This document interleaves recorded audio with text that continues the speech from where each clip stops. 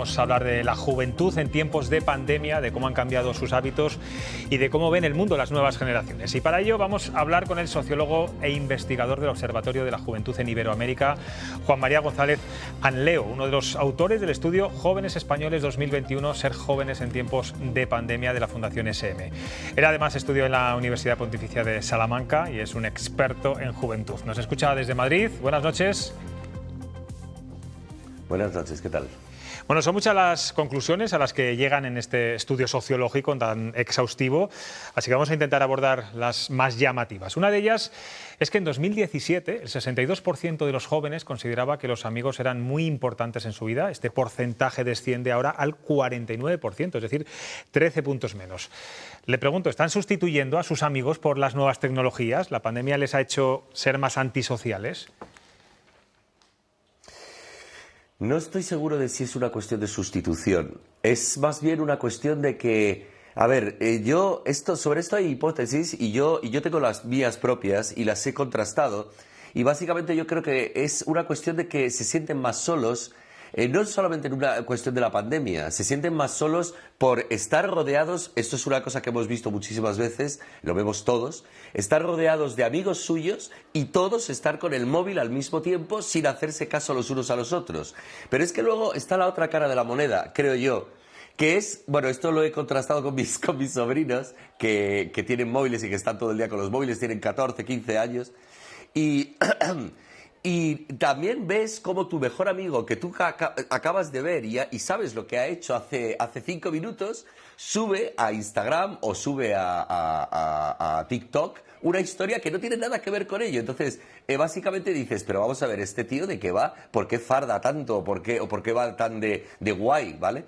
Entonces, en la combinación de ambas cosas, no solamente es que bajen de importancia los amigos, esto hay que tenerlo en cuenta. También es una cuestión de que se confía menos en ellos. Se considera que cuando se les pregunta cómo sois los jóvenes, la pregunta de leales en la amistad ha bajado muchísimo en los últimos años, y también cuando se les pregunta cuáles son las fuentes fundamentales de ideas madre en tu vida, citan mucho menos a los amigos, y esto creo que es muy preocupante. Juan, uno de los temas que más preocupan ahora a los padres, lo hablábamos antes aquí con las compañeras, son los botellones, los macrobotellones en algunos casos, sobre todo en esta pandemia. Estamos viendo actos violentos en algunos de ellos y sobre todo mucho alcohol. ¿Es posible acabar con la cultura del botellón y que el consumo de alcohol deje de ser la primera opción de diversión para muchos de ellos? Sinceramente, con la mano en el corazón, si mañana intentásemos acabar, como acabas de decir, con la cultura del botellón, teríamos una revolución en este país.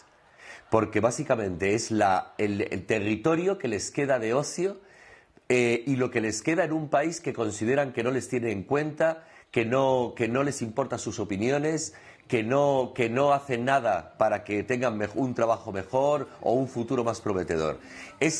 La fortaleza que les queda es el ocio, que de acuerdo que últimamente ha sido bastante más violento, pero también tenemos que darnos cuenta de que acabamos de salir de una pandemia, y yo digo muchas veces que los jóvenes son como los perros.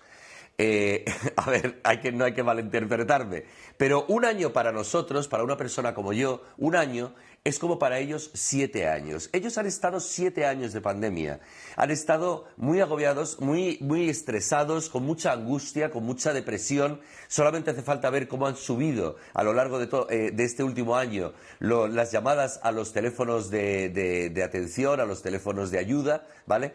Ha subido la bulimia, ha subido mucho, se ha multiplicado por 250 la anorexia, ha subido, es decir, vamos a ver, creo que estamos en un momento de estallido, ha estallado la juventud. También hay que contar que no pueden entrar en los bares, en los restaurantes, en las discotecas, por lo menos a foro pleno todavía. Bueno, aquí ya creo que sí, pero no lo sé. Y la cuestión es que han estallado. Vamos a esperar un poquito y vamos a ver qué pasa. Y además, por otro lado, vamos a ver cuántos tienen comportamientos violentos o vandálicos. 20, 30, 40, 50 de ellos. Estamos hablando de un 0,2%, 0,3% de un macrobotellón de a lo mejor 25.000 personas. No se puede coger a esa parte de la juventud y convertirla en la juventud y decir los jóvenes son unos vándalos. No se puede hacer eso.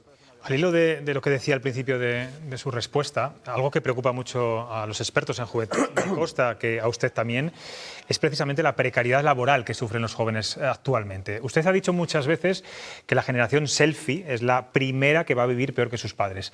Parte de esos comportamientos de muchos jóvenes son entonces precisamente por las malas condiciones en las que trabajan y la falta de ver un futuro prometedor. Vamos a ver, es muy buena la pregunta que haces, me gusta mucho la pregunta que haces, porque yo me estoy haciendo una reflexión últimamente. Muchas veces pensamos que los jóvenes tendrían que mostrar su descontento en manifestaciones, pero los jóvenes no están acostumbrados a manifestarse. Las manifestaciones, en mi opinión, es una cosa de otra época y de otra generación, de otras generaciones. Los jóvenes con estas violencia y estos actos vandálicos, yo creo que básicamente es que se están manifestando. Lo que pasa es que en un contexto que no es el que nosotros concebimos como el típico de una manifestación y de la forma típica de una manifestación. Pero lo que están haciendo es, estamos hasta las narices, estamos hartos y encima tenemos un espacio de ocio y vienen, el otro día yo estuve en Moncloa, 16 lecheras de la policía. Eso parecía un estado fortificado de policial, era increíble. Entonces, yo creo que precisamente los jóvenes de alguna forma nos están mandando un mensaje. Estamos hartos, dadnos por favor un futuro, porque nos tenemos que ir de este país. Por cierto, hablando de la generación selfies, usted ha dicho que las autofotos, los selfies, vienen a reflejar el permanente ensayo del estoy aquí y ahora, y que a los jóvenes ya no les interesa lo que ocurre a su alrededor, sino solamente lo que les pasa a ellos mismos y, bueno, a veces incluso solo a sus amigos. ¿Esto qué acarrea? ¿Están fuera del mundo? ¿Son más ególatras que antes? Vamos a ver, yo creo que últimamente, en los últimos años, con el parón de la pandemia, está habiendo un reenganche, pero muy débil o mucho más débil de lo que por lo menos yo esperaba. Efectivamente, los jóvenes, yo utilizo la expresión, se enrocan. Es decir, se ponen a un lado a la familia, alrededor de la familia, que les sobreprotege y les crea una burbuja, ¿de acuerdo? Hay una frase que me llama mucho la atención, que salió hace un año y medio, que era: educamos a nuestros hijos para Walt Disney y se van a encontrar con Walking Dead. Los padres saben que la situación es así y sobreprotegen a sus hijos. Y ellos, por otro lado, se enrocan con la familia a un lado, con los amigos, y dicen: mirad, no me dais nada, sociedad, no me dais nada, no me pidáis nada. Hay estudios, Juan, muy recientes que reflejan que el contacto de los menores con la pornografía, ya no hablamos de jóvenes, hablamos de menores, sé que usted también ha analizado esta situación, comienza a la edad de 9 años, cuando, bueno, a los 10, 11, 12 años a un niño normalmente no se ha dado casi ni un primer beso. El problema está, entiendo, en que los niños tienen los móviles a edades muy tempranas, los padres se los damos muy pronto, y entiendo también que los controles parentales que ponemos en los móviles, bueno, pues sirven de poco, ¿no? No, los controles parentales no sirven de nada. Habitualmente se le llama a esta generación los nativos digitales. Hay expertos en juventud, compañeros míos, que no están en absoluto de acuerdo con esa expresión, pero yo sí. Y esto que acabas de decir lo demuestra perfectamente. En Inglaterra se sacó un programa para poder cortar el acceso a la pornografía por parte de los niños, porque son niños y adolescentes. Un chaval de 16 años tardó exactamente 1 minuto y medio en desactivarlo. Es decir, nosotros no podemos ni entender cómo se relacionan ellos con las tecnologías, pero ellos lo hacen de una forma que para nosotros es pura magia, ¿vale? Es pura magia. Pero la cuestión de la pornografía y la cuestión del juego online me parecen los dos problemas más graves, junto con la precariedad laboral, que tienen los jóvenes hoy en día. Que un chaval de 9 años, de 10 años, pueda acceder a un contenido sin haber dado ni su primer beso, pueda acceder a un contenido pornográfico que no es solamente un hombre con una mujer o un hombre con un hombre, una mujer con una mujer, es necrofilia, es amputaciones, mujeres con mujeres embarazadas, es gangbang, es bukkake. Son una serie de cuestiones que a mí me parece, lo siento, yo no soy nada chapado a la antigua, os lo puedo asegurar, pero a mí me parece absolutamente aberrante. Y estamos pasando por encima de ello de puntillas sin darnos cuenta del enorme problema que produce. Y además, lo de los juegos, date cuenta de una cosa. Mira, yo soy de la generación que en los años 80 empezaron a poner máquinas tragaperras en los bares, etcétera, etcétera. Bien, yo he conocido personas que sus maridos, una mujer concretamente, que su marido trabajaba en el extranjero, que le mandaba, en aquella época eran 180.000 pesetas, que era una barbaridad de dinero, ¿de acuerdo? Y al cabo de 3 días ya lo había perdido todo en las máquinas tragaperras. Lo que pasa es que ahora las máquinas tragaperras tú tienes que ir allí, te tienen que permitir, te la tienen que encender, o sea, están encendidas, pero te tienen que permitir jugar, etcétera. Pero date cuenta de que todo eso ahora está en el móvil, está en la mano del joven. Eso es una brutalidad. Tremendo, sí, desde luego. Por último, antes de darle el paso a mis compañeros, que también le van a hacer alguna cuestión, son padres y están muy preocupados de todo lo que está diciendo. Hoy hemos conocido el barómetro de juventud y género, que refleja pues también un resultado preocupante. De cada 5 chicos, varones de entre 15 y 29 años, niegan que exista la violencia machista y opinan que es un invento ideológico. No obstante, el feminismo crece entre las mujeres jóvenes y actualmente un 67% se considera feminista, casi un 20% más que en 2019. ¿A qué conclusión llega? ¿Los jóvenes son más machistas, las chicas son más feministas? No, lo que pasa es que en toda España, y no solamente entre los jóvenes, sino también entre la población adulta, está habiendo una reacción contraria a la dirección general que están tomando las cosas. Esto es totalmente normal en sociología. Dicho de otra forma, la sociedad española y los jóvenes en concreto, mira, el cuarto valor más importante de los jóvenes, cuando les preguntamos en el Observatorio de la Juventud en Iberoamérica, es la igualdad de género. Está prácticamente extendida por todos los jóvenes. Ahora bien, hay una parte de la sociedad, y eso no solamente pasa en los jóvenes, pasa en toda la sociedad, que está empezando a reaccionar contra eso, volviéndose más radical en contra de la igualdad de género, en contra del medio ambiente, en contra de todo lo que se está asentando socialmente. Juan, como te decía, hay 4 tertulianos que están aquí con nosotros. Sergio, si quieres empezar. Pues sí, a mí me llama mucho la atención cómo generalizamos. Hablamos de los jóvenes, hablamos de los ninis. Se critica mucho el botellón. ¿Qué alternativa hay al botellón? En mi época no se hacía botellón, quizá porque era más económico poder acceder a tomar una cerveza, a tomar una copa, que no es que esté incitando a beber alcohol, pero al fin y al cabo es una realidad. Bebíamos menos también, Juan, ¿eh? Bebíamos menos que la juventud. Sí, se bebía menos, quizás se bebía menos, pero íbamos a sitios cerrados, no pasábamos frío. Y poco a poco pues esto ha ido cambiando. Si hubiera una alternativa de ocio, pues quizá se acabaría con el botellón, pero esa alternativa de ocio es tan cara que un joven no se la puede permitir. Y luego, cuando hablamos de los jóvenes, como decía antes, generalizando, dentro de los jóvenes hay jóvenes muy responsables, deportistas, estudiantes, otros que no lo son, pero durante todos estos meses hemos visto imágenes permanentemente condenando, y en tal ciudad 100 jóvenes sin mascarilla, bebiendo, y eso eran todos los días de 3 o 4 ciudades las mismas imágenes. Y mi pregunta es, ¿por qué generalizamos y por qué no focalizamos realmente el problema? Porque si hay 100 jóvenes bebiendo sin mascarilla, el problema serán esos 100 jóvenes, pero quizá hay otros 100 jóvenes que están en su casa. Y yo pienso además, si a mí la pandemia, en vez de pasarla con la edad que tengo, lo hubiera pasado con 19 años, que encima no existía Internet, que al fin y al cabo Internet puede ser un refugio, creo que mi salud mental se habría visto bastante dañada. Juan. ¿Por qué generalizamos? Porque es la forma más fácil de saber, de creer que se saben las cosas. Vamos a ver, yo como experto en juventud, a fin de cuentas llevo 20 años dedicándome a este tema, pero es que me da un poco de vergüenza decir soy un experto en juventud, pero bueno, realmente lo soy, he escrito muchísimas cosas sobre jóvenes. Nuestro estudio se llama Jóvenes Españoles y precisamente lo que hacemos es disgregar por sexo, por edad, por religión, por etcétera, etcétera. Pero generalmente, mira, igual que, por ejemplo, cuando queremos explicar un fenómeno social, yo cuando hablo con la gente siempre dice, esto se debe a esto.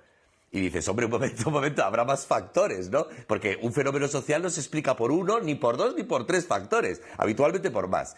Generalizar con los jóvenes, en primer lugar, es una forma de un prejuicio. ¿de acuerdo? Nos es muy fácil pensar que los jóvenes solamente salen de botellón y no hacen absolutamente nada más que beber. Pero de todas formas tengo que decirte una cosa sobre lo que has comentado de tu época y la mía probablemente también, pero bueno, no lo sé. La cuestión es que es muy fácil generalizar porque se cree que se conoce algo cuando realmente no se conoce. Yo lo he encontrado muchísimas veces con personas que creen que pueden con una sola palabra describir lo que son los jóvenes y digo, hombre, no, por favor, que llevo escritas miles de páginas sobre este fenómeno, disgregando, cogiendo variables, etcétera. De todas formas, también tengo que decir una cosa sobre lo de que en tu época, igual que en la mía, bebíamos más en los bares, etcétera. Los jóvenes tienen hoy muy poco dinero, a diferencia de Alemania, Francia, Suiza, países que yo conozco bastante bien, no tienen mini-jobs, pequeños trabajitos en los que sacarse algo de dinero. Y lo que hacen es, además, en nuestra época se salía una vez por semana, a lo mejor dos. Tú decías, ¿salgo el sábado o salgo el viernes? Bueno, pues tal, a lo mejor hasta salías el sábado y el viernes. Pero date cuenta de que hoy, con el poco dinero que tienen, que es el que le dan sus padres, tienen que salir jueves, viernes, sábado y muchas veces incluso domingo. Tienen que estirar como un chicle el poco dinero que tienen. Y entonces el botellón les es mucho más rentable. A ver, si tú te quieres no emborrachar, pero coger un pedito guapo, como dicen ellos, te tienes que tomar cuatro bebidas. 4 bebidas en una discoteca probablemente ya es la mitad de lo que te dan tus padres para un mes. Esto hay que tenerlo en cuenta, ¿eh? En nuestra época esto no era así.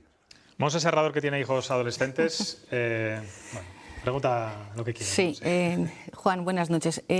A mí me ha sorprendido mucho el comentario tuyo de que un año de pandemia son 7 años para un adolescente. Me parece tremendo. Entonces yo te quería preguntar, primero, si estos adolescentes nuestros que han vivido año y medio de pandemia, de alguna forma lo van a arrastrar. Puede tener algún efecto, algún estigma, si de alguna forma, bueno, pues ese año y medio, casi 2 años que llevamos de pandemia, en un futuro pueden sentir que algo se han perdido o que algo les falta. Y otra pregunta muy rápida, un poco en función de todo lo que estamos viendo, de ese barómetro que hemos conocido hoy, y ya sé que es generalizar, pero en general, ¿se puede decir que nuestros jóvenes hoy en día o nuestros adolescentes son mejores o peores que antes? Porque claro, cuando vemos el botellón, el acceso a la pornografía, vemos todas esas cosas que son cosas que podemos pensar que de una u otra forma antes no se producían. ¿Nos estamos encontrando o nos vamos a encontrar con una generación peor de las que ha habido en Mira, años anteriores? te voy a ser sincero. Yo tengo, por supuesto, mis opiniones sobre cómo son los jóvenes hoy, pero sinceramente yo como sociólogo no te voy a decir si son mejores o peores. Además que en mi opinión, sería muy irresponsable por mi parte decir son peores o mejores. Yo lo que creo es que son dignos hijos de sus padres. Eso sí que es lo que creo. Dicho de otra forma, llevamos arrastrando ciertos problemas juveniles desde mi generación e incluso desde generaciones anteriores. Por ejemplo, la obsesión con el alcohol. A ver, no es nuevo. Las borracheras no son nuevas. Yo cuando tenía 20 años, yo no, porque a mí no me gusta mucho el alcohol, pero mis compañeros se cogían unas borracheras espectaculares. Y cuando yo pregunto en clase, porque yo creo que una de las formas de conseguir que tus hijos beban menos o que tus hijos salgan menos o se obsesionen menos con la cuestión de salir y la cuestión de emborracharse, es dándole opciones de ocio más ricas, más ricas, más interesantes. Por ejemplo, la lectura, por ejemplo, salir a exposiciones, el arte, el cine, etcétera, etcétera. Esto no es nuevo. Yo lo hablaba el otro día con una amiga mía. Yo le decía, es que, de verdad, los jóvenes hoy no leen. Y me decía, pero un momento, Juan, ¿cuántos de los que estábamos en el colegio leíamos? Pero tío, ¿es que te has olvidado de eso? Y yo decía, pues es verdad. Entonces, fíjate que yo, por supuesto, experto en juventud, hay cosas incluso que muchas veces me chocan en la cara y no me doy cuenta.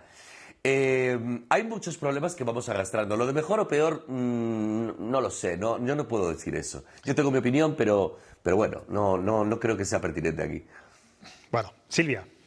Buenas noches, Juan. Se nos van a quedar muchas preguntas por hacerte. Buenas noches. Pero me gustaría preguntarte, tú has mencionado que durante todo este tiempo, estos meses de pandemia, ha aumentado la bulimia, la anorexia, un montón de trastornos. Pero yo quería preguntarte, ¿no piensas que ha aumentado quizá el hecho de haber pasado tanto tiempo con nuestros hijos, cara a cara, viendo sus comportamientos, esa cercanía, ese tiempo que hemos estado con ellos, nos ha permitido detectar estas conductas que quizá en otras circunstancias, por el día a día, no lo hubiéramos detectado?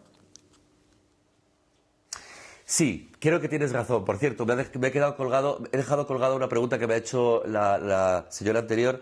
La cuestión de que si les va a dejar marca. Piensa que no hemos vivido nada parecido en toda nuestra vida los adultos. Una cosa como la pandemia no la hemos vivido. Van a estar mucho más conectados a Internet. En mi opinión, eso va a ser algo muy negativo. Lo hemos visto antes con la cuestión de la amistad.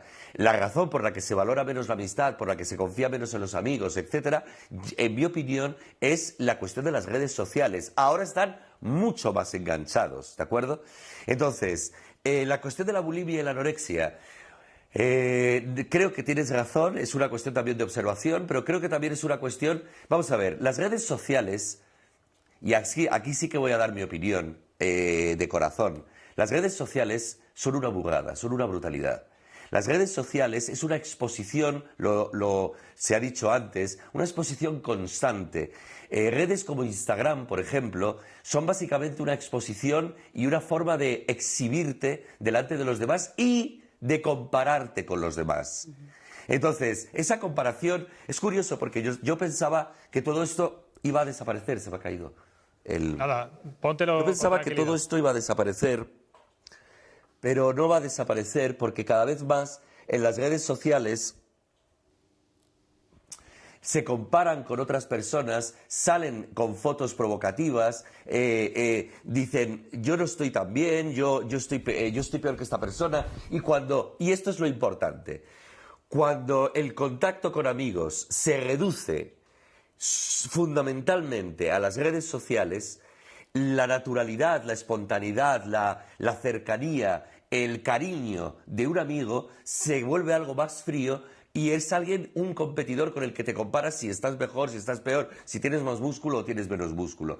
Creo que estamos cometiendo un enorme error dejando incluso incentivando muchas veces que los jóvenes se vuelvan online o se vuelvan digitales. No es una forma de vivir. Por último, Óscar. Buenas noches. Bueno, algunos de los temas que se han tratado, como por ejemplo el tema de la exposición temprana a la pornografía o las actitudes de los jóvenes respecto al género, la verdad es que cuando pensamos en posibles soluciones siempre surge la educación como la gran solución, ¿no? Por ejemplo, para darles a los jóvenes una visión de la sexualidad que no sea la visión distorsionada que tiene la pornografía. Entonces yo lo que quería preguntar es ¿cómo cree que es la educación sexual en España o cómo cree que es la educación, por ejemplo, en materias como la igualdad de género? ¿Qué educación sexual? Perdona, no, es que en España no hay educación sexual, perdóname, es que, vamos a ver, nos estamos matando con los programas educativos desde hace 20, 30 años, pero en este país la educación sexual consiste en ponerse un preservativo o no ponerse un preservativo. Vamos a ver, en este país no se habla de educación sexual, ni en las escuelas ni en ningún otro sitio. En las casas ya ha dejado de ser un tema tabú, pero en España no hay educación sexual, ninguna. Y entonces la ONU, por ejemplo, habla de una educación sexual de amplio espectro, con igualdad de género, donde se respete. Por ejemplo, una de las cosas que me parecen más aberrantes de la cuestión de la pornografía como maestra de los jóvenes en sexualidad es que yo he leído, para un artículo que escribí sobre este tema hace 2 años, una cosa así, me leí varias biografías de actores porno y actrices porno. Y casi el común denominador de todas las actrices porno era, me trataban como una pelota. Es decir, no había mujer, no existía una mujer, el placer de la mujer, las necesidades de una mujer, no importan, no tienen nada que ver. Pero claro, si estuviese equilibrado en la escuela con una educación sexual de, como dice la ONU, de amplio espectro, pues los jóvenes podrían ver que la pornografía es una barbaridad. Pero es que no hay ningún tipo de educación sexual por ningún sitio. Y eso nos lo tenemos que empezar a tomar demasiado en serio porque lo del porno es algo, en mi opinión, terrible. Pues Juan María González, como padre podría estar aquí haciéndote un tercer grado, porque es verdad que son preguntas muy interesantes, que nos preocupan mucho a todos. Y además eres muy claro diciendo las cosas, incluso utilizando cierta terminología que yo creo que es bueno a veces utilizar. Gracias de verdad por atender a Castilla y León Televisión y a este programa, Cuestión de Prioridades. Muchas gracias a vosotros.